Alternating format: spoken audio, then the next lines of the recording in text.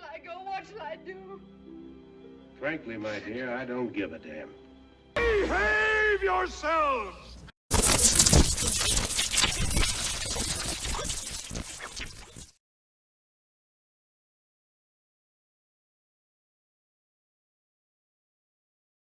Hello YouTubers out there, this is Jerry Saravia at the movies. So today we'll briefly look at I Confess. This is a 1953 film that was directed by Alfred Hitchcock and stars Montgomery Clift and Anne Baxter. I have to say, this film I like. I think it's very good. And I'll tell you briefly, the story is about a priest, played by Montgomery Clift.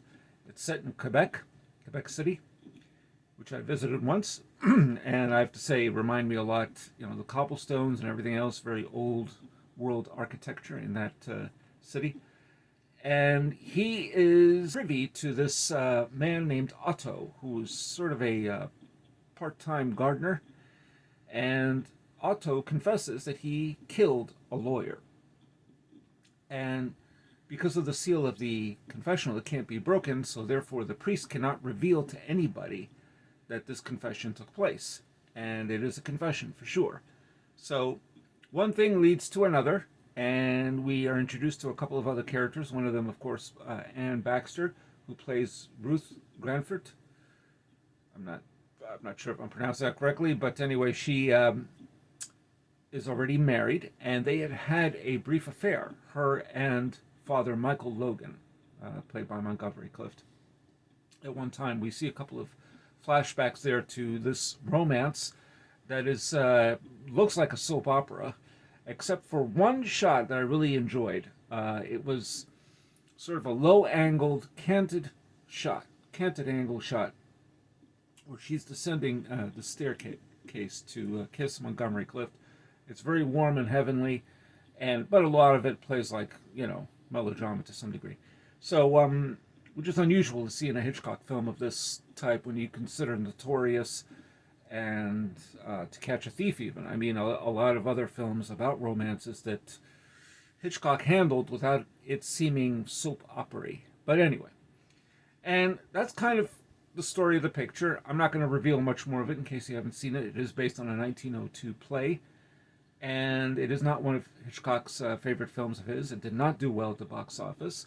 According to Peter Bogdanovich, the late Peter Bogdanovich, film critic and, of course, filmmaker, he says that the film was appreciated by the French New Wave. So I find that interesting.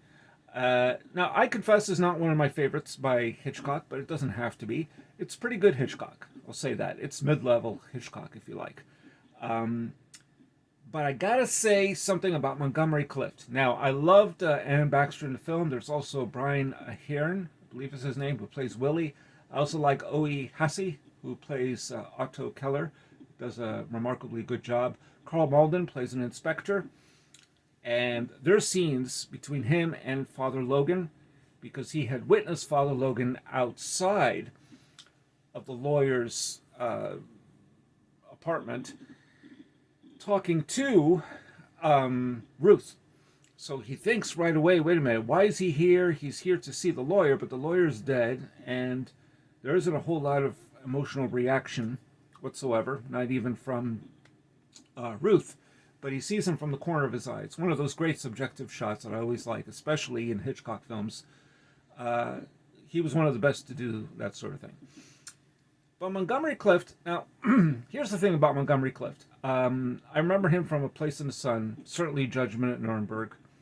Place in the Sun is a fine film, don't get me wrong, but there's something about Montgomery Clift that I don't know what it is. I feel indifferent.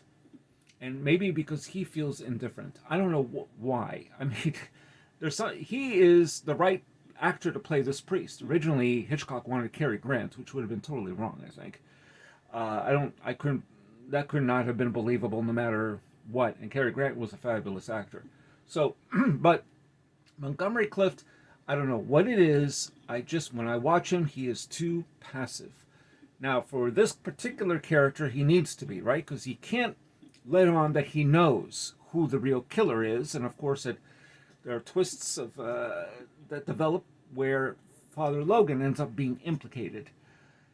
And still, he cannot break that seal that confessional seal. But he is right for this role in that sense. According to the behind the scenes of this picture, he was a little drunk and, not always following direction. So it seems to have worked for the character. I mean, in an odd way.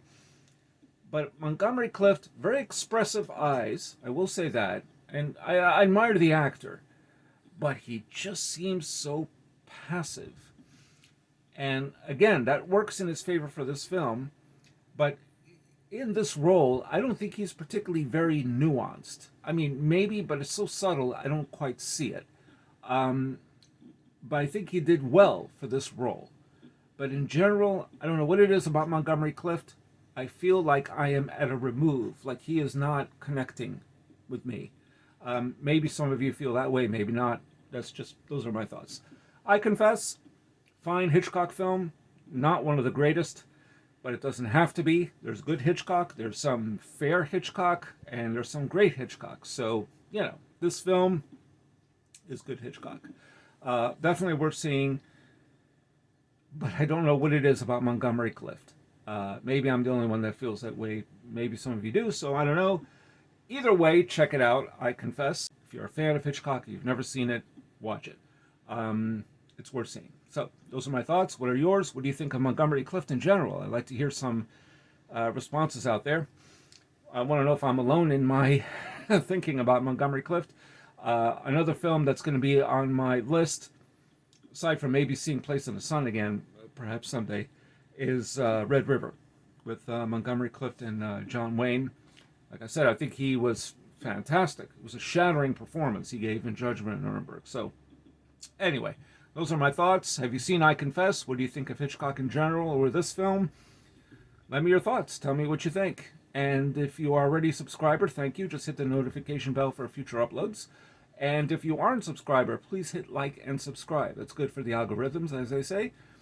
And that's all I got to say about I Confess. Mid-level Hitchcock is better than most other suspense thrillers, especially at that time, I think. So anyway, he was still the master of suspense. And this is Jerry Saravia at the Movies, signing off.